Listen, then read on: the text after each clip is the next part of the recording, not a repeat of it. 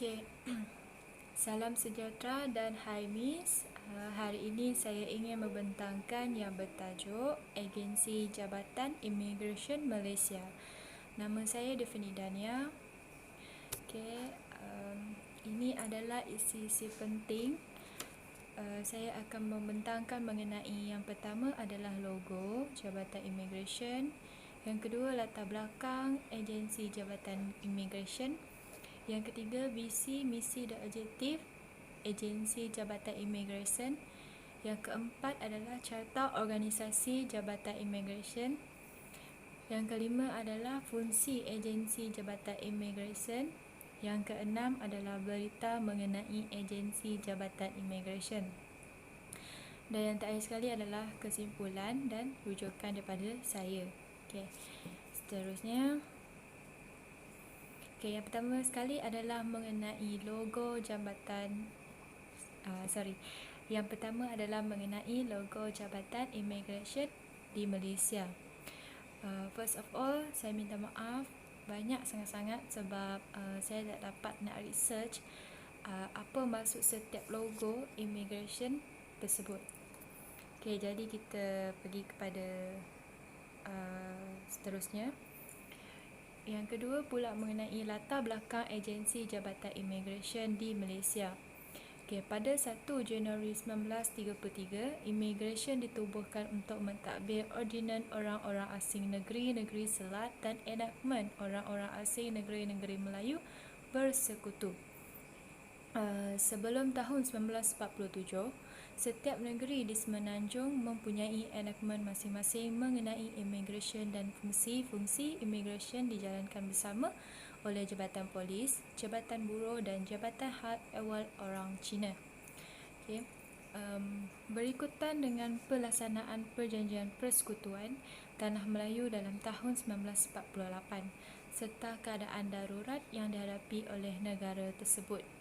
Kerajaan telah mewujudkan undang-undang darurat mengenai immigration dan pasport yang dikecualikan sebagai The Emergency Travel Restriction Regulations 1948, The Emergency Entry by Land from Thailand Regulations 1949, The Passport Ordinance 1949 dan The Passport Regulations 1949. Okey. Seterusnya adalah mengenai visi, misi dan objektif Jabatan Immigration. Visi pula ialah mengenai pengurusan perkhidmatan immigration bertaraf dunia menjelang 2020. Misi pula meningkatkan kualiti sistem penyampaian, perkhidmatan dan komited dalam menguatkuasakan undang-undang immigration. Kami demi memelihara kedaulatan, keselamatan dan kesejahteraan rakyat dan negara. Objektif pula mengenai menguruskan hal-hal keimigrasionan selaras dengan kepentingan negara. Okey. Seterusnya pula ialah yang keempat, ini adalah mengenai organisasi, carta organisasi Jabatan Immigration di Malaysia. Okey, so seperti yang Miss tengok, bermula daripada atas adalah Ketua Pengarah Immigration iaitu Datuk Indra Khairul Dizami bin Daud. Okey, selepas itu mengikut turutan hingga ke bawah. Okey. Seterusnya adalah yang kelima, fungsi Agensi Jabatan Immigration Malaysia. Okey, fungsi bagi Jabatan Immigration Malaysia ialah mengeluarkan pasport dan dokumen perjalanan kepada warga negara dan penduduk tetap. Okey, seterusnya bagi warga negara asing yang datang dari luar negara, hendaklah mengeluarkan visa, pas dan permit semasa memasuki Malaysia. Okey. Polis Immigration juga mengawal selia pergerakan keluar masuk orang di pintu-pintu masuk yang diwatakan. Undang-undang untuk Jabatan Immigration Malaysia adalah menguatkuasakan Akta Immigration 1959/63, Peraturan-Peraturan Immigration 1963, Akta Pasport 1966, Akta Anti Perdagangan Orang dan Anti Penyeludupan Migran 2007, iaitu Pindaan 2010. Okey, seterusnya mengenai berita berita mengenai agensi Jabatan Imigresen di Malaysia tersebut. Okey. 3 fokus mantapkan imigresen bertaraf dunia bagi tahun 2020. Okey.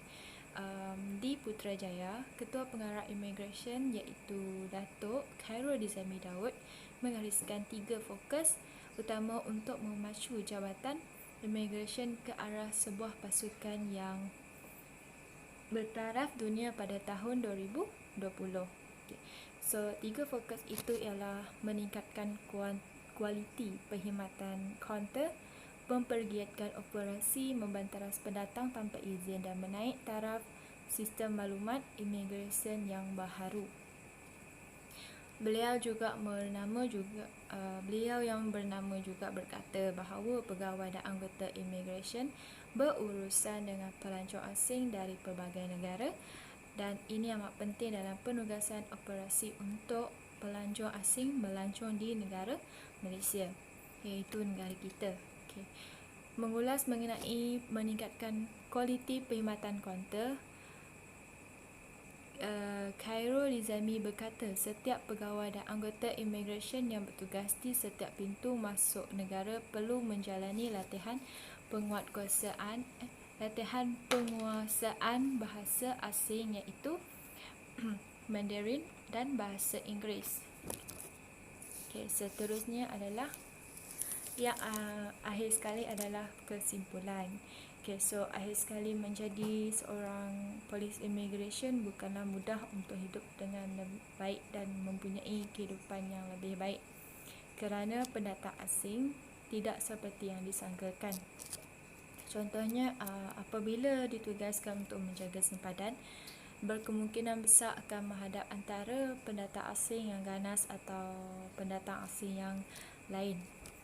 Okay, jika bertugas sebagai polis imigresen di lapangan terbang, tugas tersebut berkemungkinan ringan kerana hanya menyemak kad pengenalan dan sebagainya. Walau bagaimanapun, jika tiada wujudnya Jabatan Imigresen di Malaysia, pendatang asing akan datang menceroboh dan ekonomi di Malaysia akan menurun ataupun merosot. Okay, so jadi hargailah pengorbanan mereka untuk menjaga sempadan negara dan sebagainya yang bertugas mengikut masa yang ditetapkan.